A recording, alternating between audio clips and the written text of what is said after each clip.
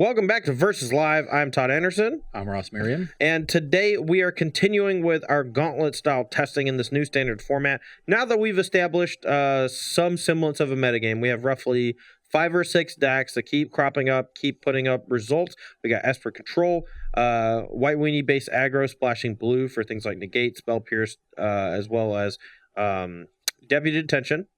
We got Sultai midrange. We got Izzet Drakes. And then there's like 4 or 5 decks that are kind of on the edge looking in. Mono red aggro, mono blue aggro, gates. We got various different flavors of Wilderness Reclamation / Nexus of Fate decks. So still things being worked out on the fringes, but the top layer of decks is pretty well established at this point. The mono blue deck, one of those decks that's emerging right now, was able to take a long match against Esper 3-2. Historically, a very good matchup for mono blue against control decks, and usually tempo decks are good against control when they're filled with cheap counter spells, especially things like Spell Pierce and Negates out of the sideboard. But as we saw, the discard spells really do help the Esper deck a lot. Main deck Moon Craving is a really big deal, so that matchup I think has gotten worse, and I was able to take a close one. But this is the matchup that I'm really scared of. The blue aggressive decks, they tend to want to get ahead on early and then hold up these interactive spells to stop their opponent from catching back up. So decks that are able to either match them or get further ahead than them and actually gain the advantage on the battlefield are really tough to deal with, because blue obviously does not deal with creatures and permanents on the battlefield very well. And that's what this white deck does. 18 1-drops. They just spew onto the battlefield really, really quickly. Your creatures are bigger than mine, with the exception of an adapted Terramander or a Tempest of Jinn. So this is going to be a matchup where I have to play really carefully and really stop your heavy hitters while also trying to balance racing just the 1-mana 2/1s. Yeah, so this is a matchup where historically the mono blue deck has wanted to side into a more traditional style of tempo deck. Things like Exclusion Mage have seen play in the archetype. Multiple copies of Sleep between main deck and sideboard. These are cards that can kind of match you against things like History Benalia, whereas without it, they're 2 2/2s that they create for just 3 mana, along with all the pressure that they can generate on turns 1 and 2, really start to overwhelm your just ragtag group of 1-mana 1/1 flyers. Yeah, completely agree. And this is also a matchup where Curious Obsession is going to be less important relative to Tempest Jinn, because I don't want to sit here drawing cards if I'm not deploying things onto the battlefield that are actually going to contend with what the white deck is doing. Right. So I'm going to look to slam Tempest Jinns, hope they survive against your limited removal, and race in the air with those, and use my other creatures to trade as much as I can on the ground. And then after board, get a lot more tools to play a normalized game. Yeah, now, one key note is that this White Weenie splashing blue deck, this Azorius Aggro deck, is not too good at removing creatures. Outside of a couple of Conclave Tribunals and then some sideboarded Baffling Ends, we're not going to have interaction for these really powerful on-the-play Curious Obsession draws, as well as the Tempest Jinns are very likely to survive even if you cast them without protection. So depending on a lot of the states of the battlefield here, normally you would see the Tempest Jinn decks hold up until turn 4 so they can play Tempest Jinn and either protect with Siren Stormtamer or potentially a Dive Down or a Spell Pierce. But in this particular matchup, I don't know if you always have that amount of time to do it. And so there's going to be this tension point where Ross has to decide, do I play defense with a Tempest Jinn or try to turn the corner with Tempest Jinn by casting it on 3, or do I have time to wait? Yeah, a lot of interesting decisions there, a lot of combat math. This will be a very different matchup than the one we saw against Esper in match 1, and you're going to get to be on the play. Yep, I am on the play. Ross started reaching for dice, and then he thought better of it. All right, let's take 2 questions here. 2 questions before we get started, or one really long one. All right, going back to the last match, Reprint Fetchlands was asking, what are your thoughts on playing Warrant Warden over your other 2-drop removal spells in Esper Control? First, we're not Reprint Fetchlands. They're too good. Just stop. I hate Fetchlands. They're too good. Okay, what do you feel about Fetchlands in Standard with no dual lands to get? They're literally just fetch, search your deck for a thing. Yeah, those are perfectly fine. Okay. Do you not also think that maybe reprinting them so that they're cheaper in Modern is a big deal? They always reprint them with things that go well with them because like it makes it more exciting, and they're always disgustingly good. There are supplemental products that can print them out. Yeah, Let's just get some fetch lands. This is some supplemental products. Sure thing. As for Warrant Warden, I've seen Esper lists like this now with 1, because that gives them an actual win condition later in games. You just cast the Warden half and get a 4/4 rather than having to win with the Fairy, which might be important against Nexus decks. Yep. So that singleton and having an actual way to close the game other than Teferi to beat Nexus game 1 is important, and it's also just a good removal spell. Okay. It's an awkward one, though, especially against mono blue. Yeah. Because you have to let them untap, have them attack first. It's awkward against That's the Jardicorns, thing. awkward against a lot of their things. So it's not good against mono blue. It's the same. So a card that I can compare very easily to this is Condemn in Modern. When cards like Dark Confidant are seeing a lot of play, Condemn as a removal spell gets significantly worse. And the same holds true for things like Steel Overseer, cards that don't need to attack to gain a significant advantage. That's where cards like Condemn and obviously Warrant Warden really start to falter. And currently in the standard format, I actually think Warrant Warden is pretty good against things like Mono Red. It's just, their creatures don't have a lot of value outside of attacking and blocking. So a card like Warrant Warden could be quite good, and even against like Golgari, like you kind of stifle a bit of their Explore package sometimes. So I don't know. I think the card is certainly fine. I was actually surprised to see more people playing Moment of Craving and Cast Down instead of it. So who knows? I don't know. I think we're going to start seeing it creep into these lists in small numbers. Do you think there's we'll talk about it later. It's fine. All right. I agree. I think it should be seeing more play. We'll just leave it at that. I'm going to be on the play here for game 1. My hand is busted. It is worse against decks that are just a bunch of cheap creatures, which is what most of the aggressive decks are now. You really want to be Azorius Charming or warranting 3 and 4 mana things for big tempo swings, and that doesn't happen very much. All right. I'm going to play here.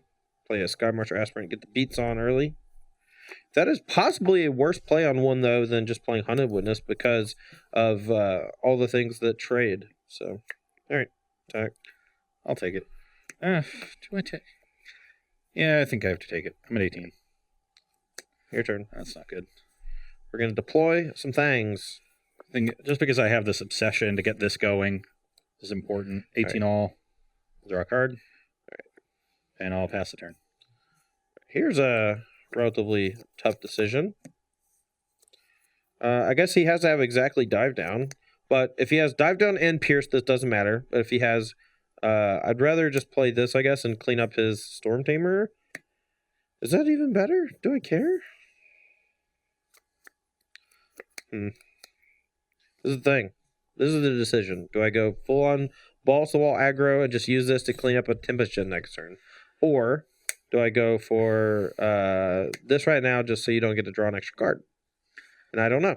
And I don't want you to say anything because it really contextualizes your hand, and I'd rather just not have that information. There's also the tension of, do I have Spell Pierce or do I have Dive Down? Right. One's good against one and one's against the other. And that's the tough thing about playing against this deck. Right. So I think the question you have to ask yourself here is, which one do you feel better getting blown out?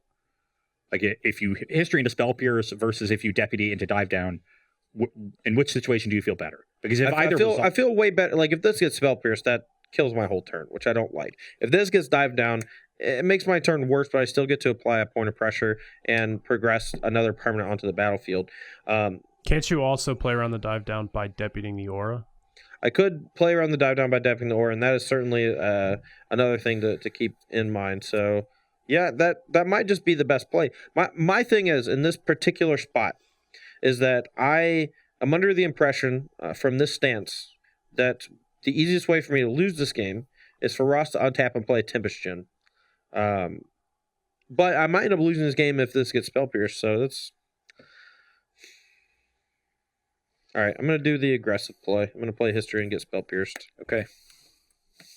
Yeah, I knew that was coming because this was going to resolve. So, all right, let's attack for 3, put you to 15, and pass the turn. That makes me feel a lot better about this game because now countering that also makes the Sentry a lot worse. I agree with that. Yeah. So let's start by attacking you to 16 and drawing another card. And I don't know if I'm the only one, but I also just hate Snubhorn Sentry. Just can't stand this card personally. People really like it right now.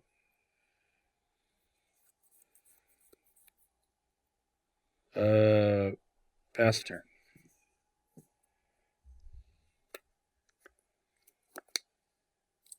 All right. Declare attacks. Yep. Huh. Trickster seems kind of gross. All right. Attack. Okay. Trickster, tap or I have to target this to make it lose the ability, and then I get to eat it. So now Hunted Witness loses the ability to make a 1/1 when it dies. I'll take 2 at a 13. Yep. I'm going to play Deputy. I'm actually going to take the Storm Tamer at this point. If you have Dive Down, I think I might lose at some point later on anyway. I'd rather have the higher upside of taking your blocker away. I will opt. / protection spell. We can bottom that one. Draw. That's a good draw. Wow. I will Curious Obsession this Trickster, so we can now attack into Todd's battlefield. Yeah, I'll take 3. 13 all, I draw a card. I could trade Snubhorde Sentry as a blocker for a random card from Trickster, but that seems... Play a Terramander, play a Storm Tamer. So now I have a Terramander to check the Aspirant, Storm Tamer to protect the Trickster. And Todd, fairly low on cards. Yeah. The deciding point was Detention versus Benalia, and I chose poorly and was immediately punished. Yep. Let's block the Aspirant. Okay, take 1, go to 12. Go. So this is an impressive showing from this deck. Attack you for 4. At 9. 9. 9, I draw a card. Yep. And now I will play a Tempest Gin. I just drew a bunch of lands. Okay, yeah, you float a bit. My hand was still very good. Yeah. I would have liked to have seen that game play out from the other side if I just play it on 3. And I can just target, someone said I could just target the Curious Obsession and play around Dive Down and Spell Pierce. And that's probably the best of both worlds. And then I just try to set up a spot where Ross taps out, I cast History, and then I get the City's Blessing, and then it turns on Snubhorn, gives me a flyer, and I don't have to walk into Merfolk Trickster basically ever. Okay. Given my hand, I think I had multiple Tempest Gins, so if you don't hit the flyer, then I just got to play Tempest Gin on 4, and that's pretty good. Let's play another pre-board. These are going to be fast games. What are we on? Oh, we're almost 2:30. Maybe we don't have time. The last match is going to be pretty long. Yeah, let's go to sideboarding. Okay, we're going to take a short break here. Don't go anywhere. We're just going to get sideboards put together. We'll be right back. All right, we're back here for Game 2 for sideboarding. I'm just going to be cutting Adanto Vanguard on the play. It's better than on the draw, but in general, Adanto Vanguard is not super good in this matchup. Game 1, Merfolk Trickster just eats it straight up, which is super gross. And then Surge Man after sideboard bricks it. We want to keep our curve pretty low. Snubhorde Sentry, I don't expect to be a huge player in the game, but if I'm winning, it's because I have the City's Blessing and I've developed a very large battlefield. Baffling End is one of the better removal spells we can have because they're unable to get something like Tempest Gin back, even if they're able to bounce it with like Blink of an Eye or something like that. So a lot easier to deal with a 3/3 token than getting their creature back. On my side, a lot of changes here. Got a lot of ways to interact with creatures. Sort of motley crew of ways to do so. Exclusion Mage and Entrancing Melody are particularly good against History Benalia. Absolutely. 2 mana to steal a token, and that token can potentially check another token or Sky Marcher Aspirant early on. Yeah, or we're often just going to steal a 1-drop. Just trying to contain the battlefield, make sure that Todd's Anthem effects aren't as impressive. Though if the game goes long and we steal Banish Marshal, look out. Yeah, that's true. I am particularly scared of this one, though. This Fairy Duelist here on turn 2 from Ross. If I am on the play on turn 3 and I don't have Banish Marshal, there's a very good chance one of my creatures is going into the graveyard for no gain. Yeah. And that's terrifying.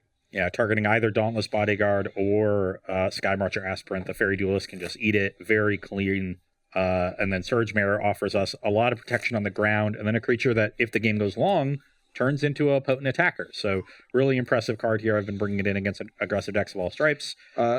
Cool enough. Surge Mare 5 toughness can block a Pumped History Benalia token from Chapter 3. Yeah, awesome. What we're bringing out, We've got 4 Wizard's Retort. We want fewer counter spells here because it's going to be harder for us to get ahead. And when you're behind on the battlefield, leaving up mana for a counter spell is a huge liability. Mm-hmm. Your opponent can just untap attack and not play into it, and just keep pressing their advantage that way. So you want to cut down on counter spells. We also turned to Spell Pierce, even though it is pretty good in this matchup just because it's narrow. Like we saw it tag a History of Nalia in game 1, and that's literally the best thing it can do. That was the highest upside. We don't want too many of them. We still have 2. And then Chart, of course, and Blink of an Eye are just expensive spells here. We're not really interested in playing this card advantage game with Chart because we're not trading 1-for-1 as often. We've cut some of our counter spells, which is our main way of trading 1-for-1. And this is just a very tempo negative play. We're tapping 2 mana, not affecting the battlefield. We need more things that do affect the battlefield. So cut those, bring in all these ways to interact and extra creatures. All right, let's field some questions while we're shuffling it. All right, first we got here for the white aggro decks. Where do you see the argument between Pride of the Conquerors and Unbreakable Formation? I don't even think it's an argument. No, Unbreakable Formation's busted. I think that there's a very good chance that a lot of the people who are playing best of 1 on Arena and finding the mono white Unbreakable Formation decks to be completely disgustingly busted are just not wrong. Unbreakable Formation is a card that I think we all kind of underrated at the beginning. The first time you cast it against me, it blew me away how good it was. And ever since, I've kind of thought in the back of my head, like, okay, well, there's probably room for like one of those. I've literally always hated Pride of the Conquerors. And I cannot imagine that I will ever hate Unbreakable Formation. It's basically Pride of the Conquerors, except the turn you cast it, all your stuff gets Vigilance, which is ridiculous. All your stuff is Indestructible, which is the first half of the card. So you also just have this 3-mana card that can protect you from Kaya's Wrath that also just functions as a very potent Pride of the Conqueror's replacement. Yep, just an impossible combat step in any aggressive matchup once they have Pride. Or a mid-range matchup. Yeah, even against Sultai and things like that. All right. I think I have to mulligan my hand. I don't really want to, but if I draw 1-drop off the top, I'm going to be pretty upset. Dang it. Keeping. Okay, I'll keep as well. Yes. He didn't get mad at me. All right, we're going to Legion's Landing and make a vampire. I'll play a Misclicked Herald and pass the turn. All right. We don't have a great means of interaction, so I'm going to offer the trade. And he might take it, but if he doesn't, that's fine. I will take it. Dang it, he took it. Todd goes to 21. I just want to keep that Legion's Landing from transforming. Yeah, I probably should have done that. That was stupid of me.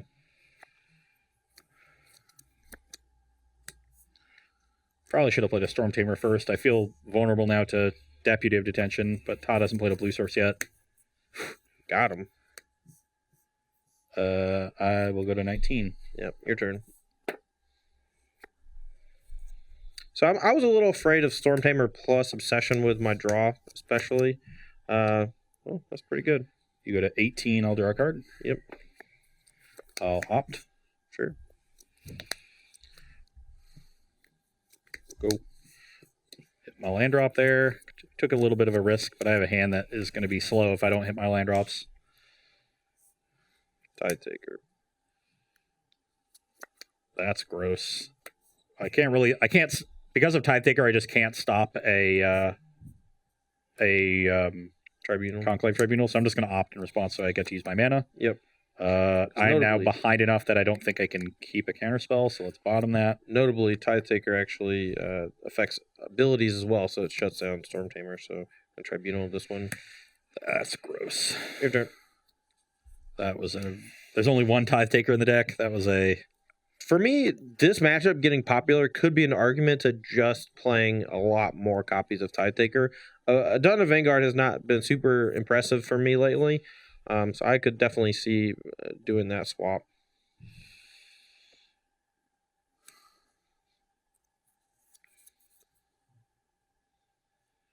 Okay, well, I think we're going to Obsession this. Pretty good. Start getting some more cards. Bring it to 16. Yep.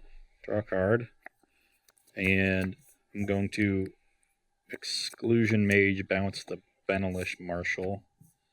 This will still prevent Legion's Landing from transforming.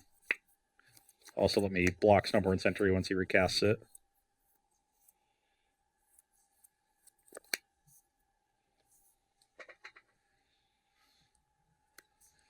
You have 3 in hand? Yeah, I'm just gonna play a Lexodon. That is really good. Your turn. I need a Tempest Gin here really quickly to win this race. Oh, Tempest Gin off the top. Oh, Tempest Gin. Nice. We're on 3, 5, 9. So we're about to be City's Blessing 2. Yep, So Tempest Gin doesn't actually block anything. that's correct. All right, go to 14. 2, go to 14. I will draw a card and pass the turn.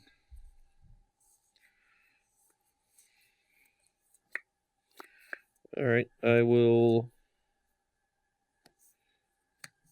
play Banage Marshal. Yep. I will play Sky Marcher Aspirant. Trigger the City's Blessing. You had to just up the Marshal. Oh, sure. Get the Star City's Blessing. I will move to attacks.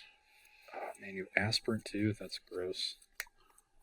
Todd, Set X was asking, is it reasonable to cut Snubhorn Sentry in favor of the Tide Takers, keeping the Vanguards? I think it's very important to keep your 1-drop count super high just because of Conclave Tribunal and Venerated Luxon, as well as just making Banalish Marshal as good as possible.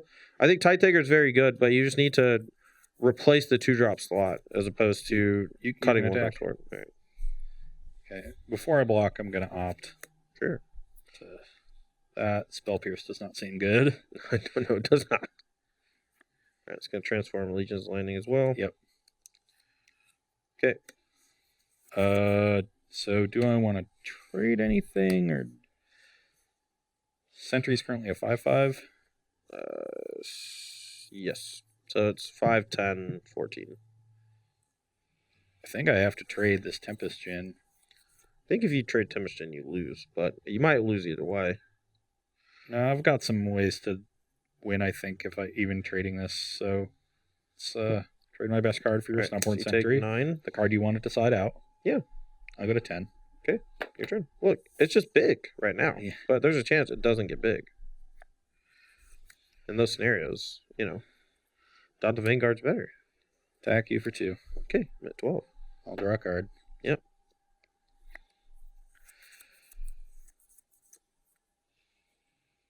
Well, that. Oh, no, I'm going to block. What am I doing? Put your card back. Okay. Well, if that's the case, then let's make that thing small. So it's 1 power, So but it'd be 2 1/2 toughness. against a That's 2/2. still Fine. Then I'll play a Terramander. Okay, how many you got in the yard? 1, 2, 3. Yep. Pass. Okay. We're doing it.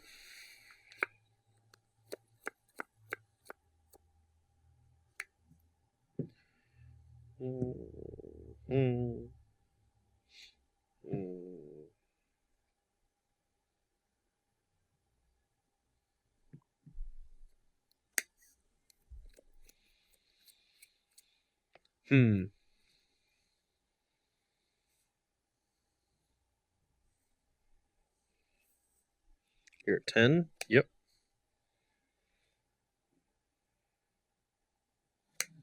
Alright, I'm going to start and see if any of this is countered first. So let's make a token. Then I'm going to play Legion's Landing. Make a token. Declare attacks. Yep.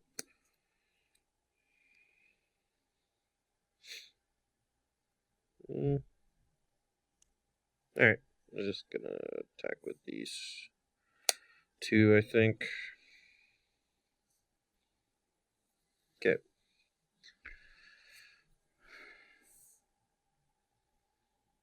I will. No, that's bad. Just gonna play this. Resolves. Okay, counter on everything. Here we go. Disgusting.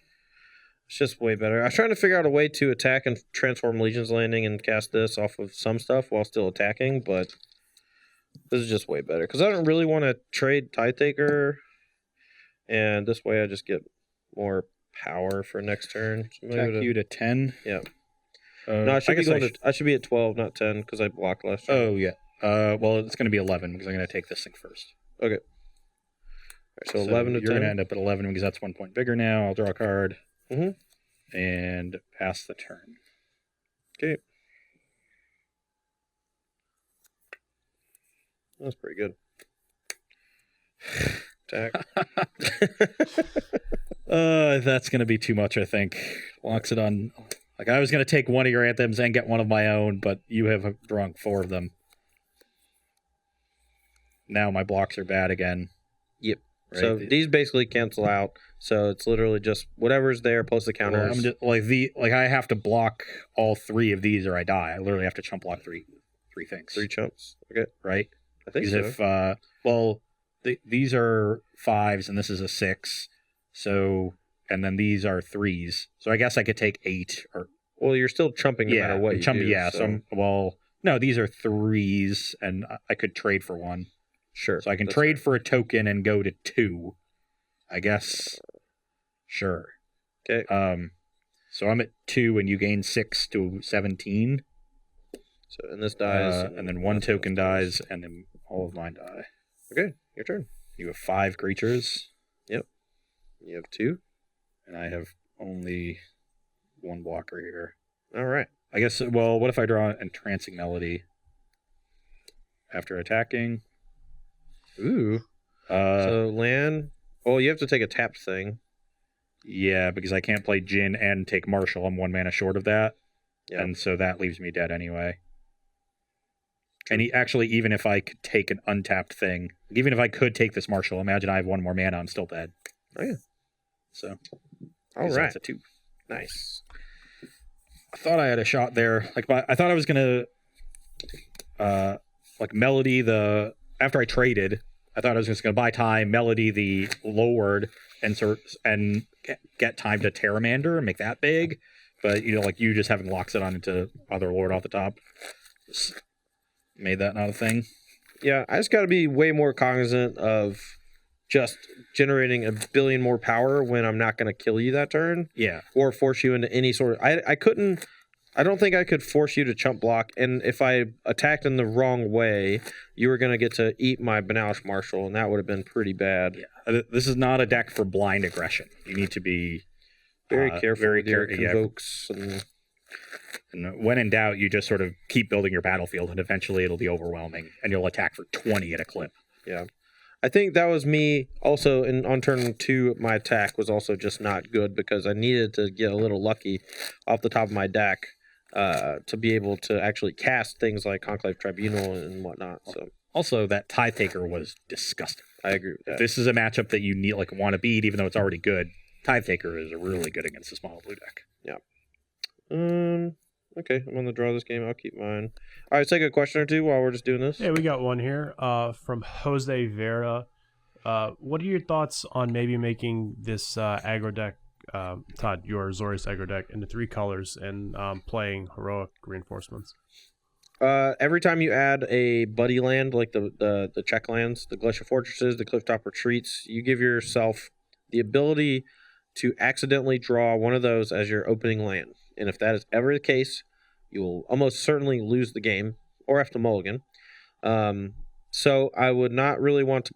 I barely want to play 2 colors. I'm a pretty big fan of just playing 19 planes, 20 planes in the deck, and just going the full blown unbreakable formation version. So the blue splash for me is not a selling point. So a 3rd color is absolutely out of the question for me. Yeah, I don't even think heroic reinforcements is that good. When you're curving out and everything's going well, it looks great. You're often winning those games anyway. I think it's often a win more. Also, you need to add more lands to your deck to play the 4-drop. Yeah. You also have taken into consideration during the Pro Tour where there were, 6 or 7 white weenie decks in the top 8. Only half of them played heroic reinforcements at all, and they almost all splashed red. So clearly the card is not defining for the archetype. It is good when it's good, but it is really bad when it's bad. Yeah. I've got a risky one here, but it is very good if it pays off. So I don't really want to attack with an Aspirant on turn 2, so I think I'm just going to play a Snubborn Sentry instead. Maybe? I don't know. I mean, you may end up attacking with an Aspirant on turn 2. Let's just do that just in case. Might as well have the option. That's true. Attack for 1. 19. Opt. Wow. Gambling. Lucky.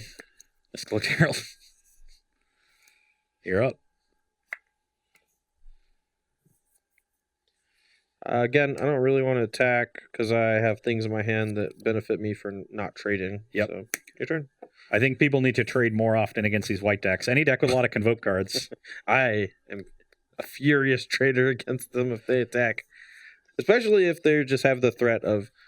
oh, that's not good. Attack for 3. Yep. 16, I draw a card.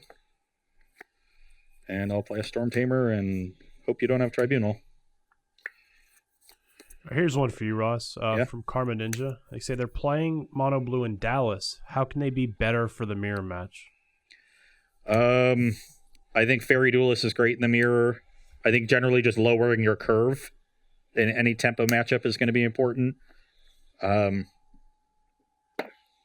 there's not a lot you can do. Tempest Djinn is a pretty big deal in the mirror. I think building your deck towards Terramander, having more spells to make sure you can adapt that more easily to compete with Tempest Djinn is also good. Yep. Here I actually am starting to turn the corner, which is why I chose to attack with the Aspirant on the Storm Tamer. I think one of the easiest ways for me to lose is if Storm Tamer is able to protect one of Ross's better creatures or creatures equipped with a Curious Obsession. So this is why I offered the trade here. Whereas against something like this Mist-Cloaked Herald, I'm not a huge fan of offering that trade on turn 2.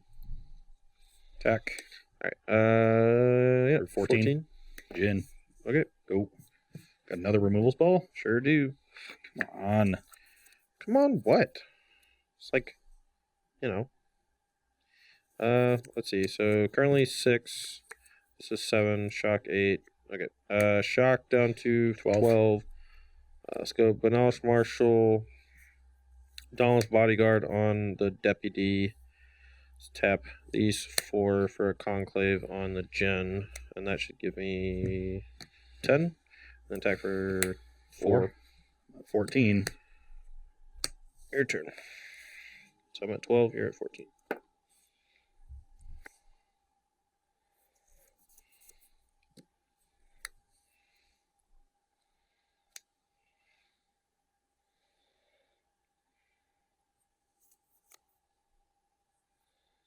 One in hand? Mm-hmm.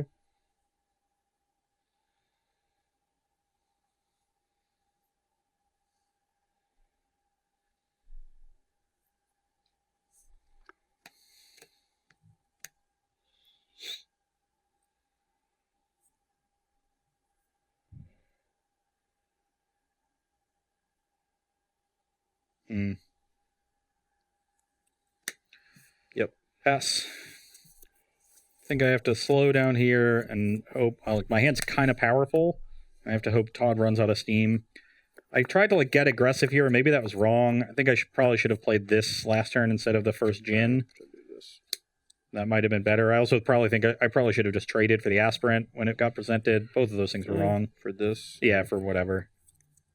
Because I wasn't going to be able to use that to protect anything. Attack. Everything else attacking just gets eaten by the Tempest Djinn at this juncture, so attack for 4. You can double block with Tempest Djinn and Terramander, and I can only eat the Djinn. But no, I need the Djinn. I'll go to 10. Yep. I'm going to play a Tide Taker. Your turn.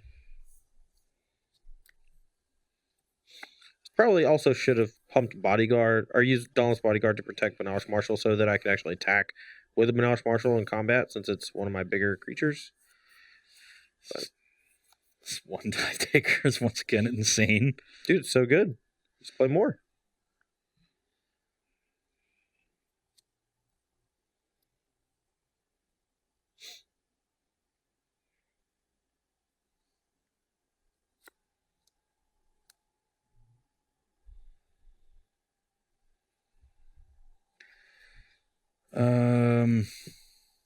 Oh yeah, you have that thing. Yep. Careful. Okay. And it doesn't turn. even do anything against that fairy because you don't have the Curious Obsession to give you a second point of power. Draw. Alright, now here, if he has that fairy that shrinks my Snubhorn Sentry, he does just get to eat my Snubhorn Sentry. Oh, no, I guess not, technically. What happens if I just attack with everything? You're at 10? Play the fairy or the trickster. Let's move to attacks. Tap down a sentry. Okay. That'll make it way easier. Yeah, go. Like I can, if I attack. All right, let me think for a second, because let's say I want to attack with everything. Let's figure out what happens. I'm pretty sure this goes here, and then like all my 1 toughness things go here, and then you take 5, and then I lose all 3 of these, and you just lose these 2. That seems really bad. So I just wanted to map it out and show exactly what would happen. Okay, good. Yeah. I guess we're just gonna try to build up for one big swing. So I'll play another Djinn. Yep, it's pretty good. Pass a turn. All right. Second Debbie detention off the top would be the nuts. Yeah. See, if I had unbreakable formation here, how good would that be? Holy moly. Unbeatable. All right. Attack for 4.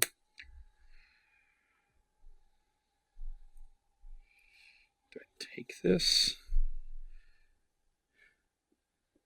At a certain point, I'm going to have to, like, make the transition to kill you. I think you'd take this one, but I could be wrong.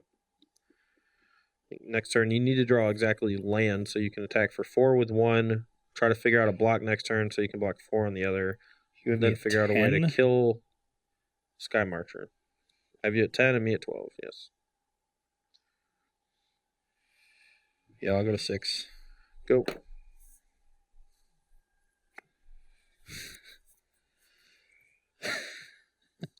What?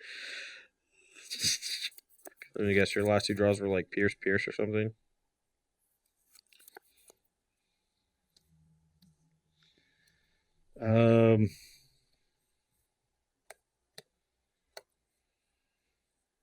Pass the turn.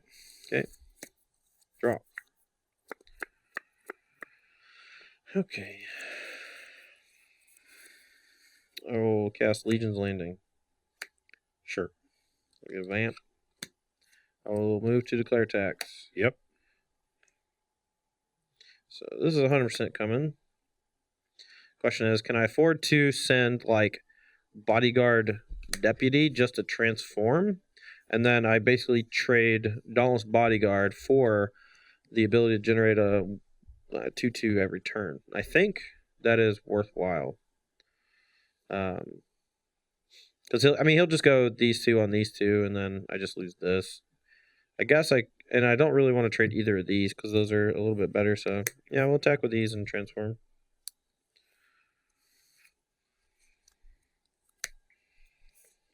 The Fairy Duelist. Yep. Shrink this thing. Yep. I'll double block it and then block here and take 2. Okay, that's fine. So I I go to lose 4 and these you 2. Yep. You go to 4. Okay.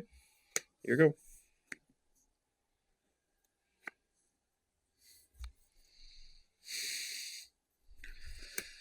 Oh, why can't I just draw? I've needed a 4th land for so many turns. I feel bad for you, Ross. I feel really bad. I don't feel bad. You have 5 attackers now, 6 with the Adonto. Mm-hmm. They all have at least 2 power, so unless you have a tapper, you gotta hold back everything. Or a blocker, I guess. A blocker and a tapper. I don't know.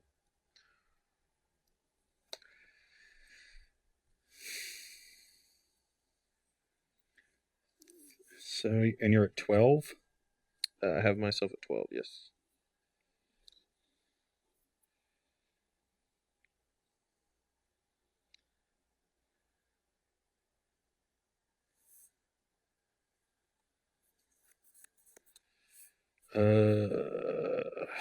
This is tough.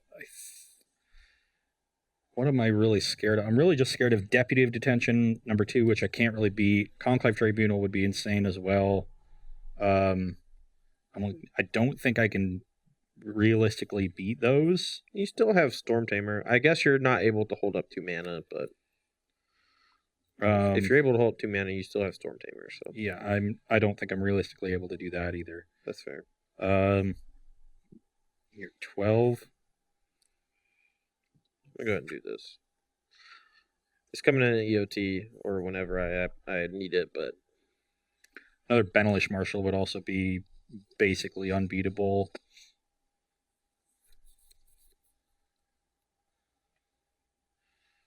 I think what I have to do is Entrancing Melody the Aspirant, and then attack with 1 Djinn, and leave myself 5 blockers to now Todd's 5 attackers. all right. So I go to 9. Yep. Pass the turn. Okay, Mega Vamp. Draw. What do you got for me? How happens if I attack with everything? All right, so this gets eaten. And then those trade. So basically, any 2 creatures unblocked, right? You die, so you can leave 1 creature to not block. Yeah. And everything would be a trade. You might make a token with the Tithe Taker, but I guess everything but this is so that not would dying. probably be left unblocked. Yeah, so these 4 would go here, and you'd probably keep this. Yeah. Because the Sky Marcher currently doesn't have flying on your side. So I would go to 2, and you'd be left with a Deputy and a Danto and a token. Deputy Adonto into token You'd be at versus 13. this, and I'd be at 13. The problem is I have to attack with these, I think, because if you draw a land, I'm dead. Or just any permanent. Like I can cast something on my own turn. Right. So like right now I'm at 9 permanents if the audience hasn't noticed. So I'm close to transform to City's Blessing. Yeah. So let's do the tradesies. Okay, so you're gonna go to 2, gain 4 up to 13. Then So all my now- stuff dies. Well, no, these are 2/2s. This can't. These are chumping. This is gonna die. Oh, right. I'm stupid. Yeah. Okay, so I get a Tithe Taker token. Yeah, we get a black and white spirit. This is in your graveyard. Mhm. Maybe I probably want to leave this around rather than the Storm Tamer. Because I'm still tapping out, and this is a 1/2 against your other things. Oh, this is still... I didn't give you spirit tokens, did So, I? yeah. That's fine. I'm actually going to leave the 1/2 rather than the 1/1. Yeah, that's fair. Land, here you go.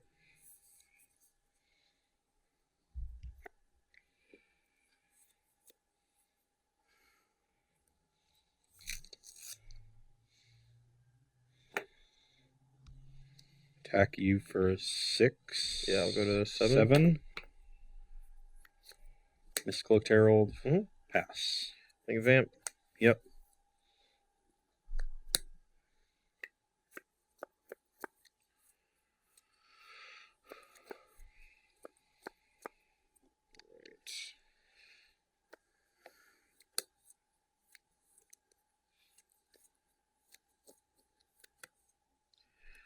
Activate Danto. Yep. Play this. Tap this thing down and 7 you. 8 you, I guess. Yep. Okay.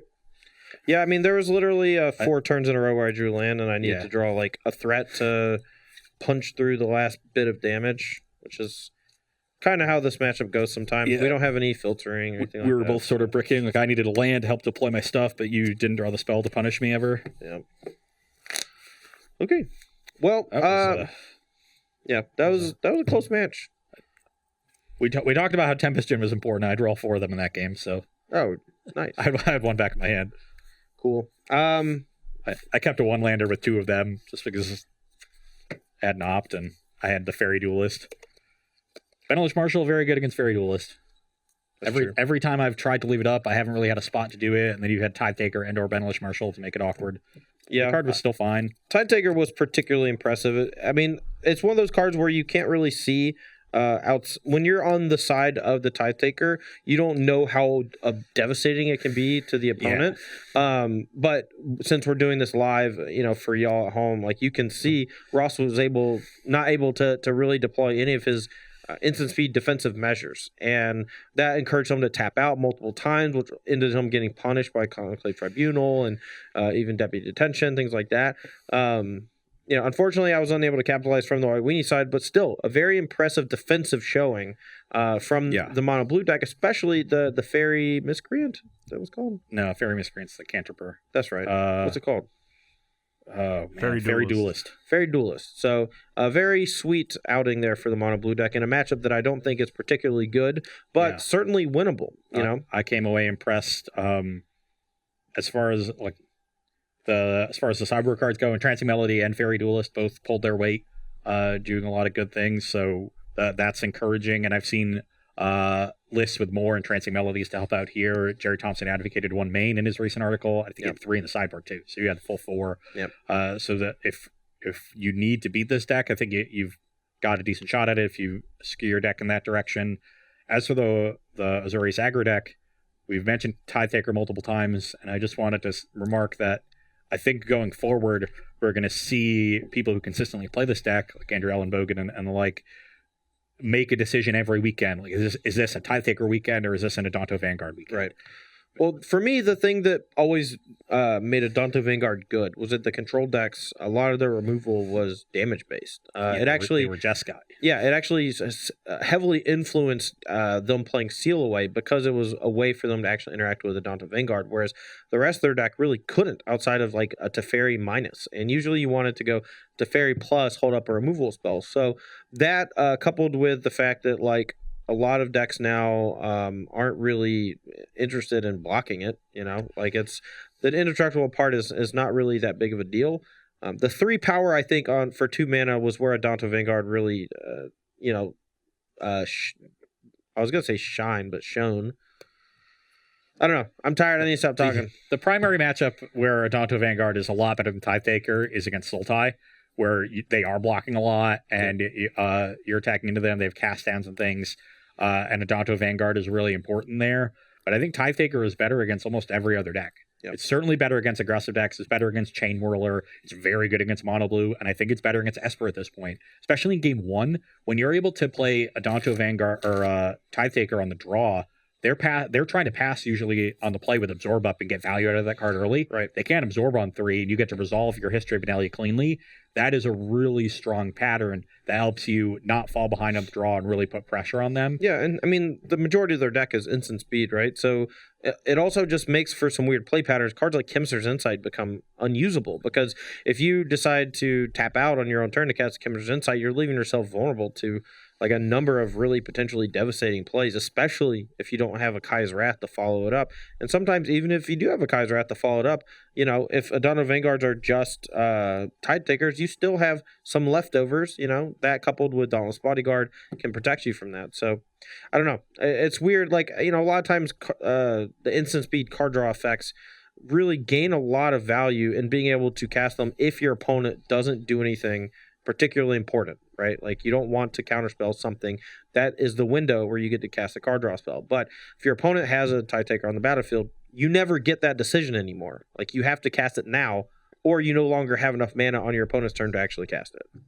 Yes, so it's just a really tricky card to play against, and I would definitely be considering it for this weekend if you're playing Azorius Aggro. So. All right. Well, we are going to take a short break here. Don't go anywhere. We'll be right back with our third match of the Gauntlet. Mono Blue facing off against Sultai Midrange to see if Mono Blue can take down the Crassus Menace.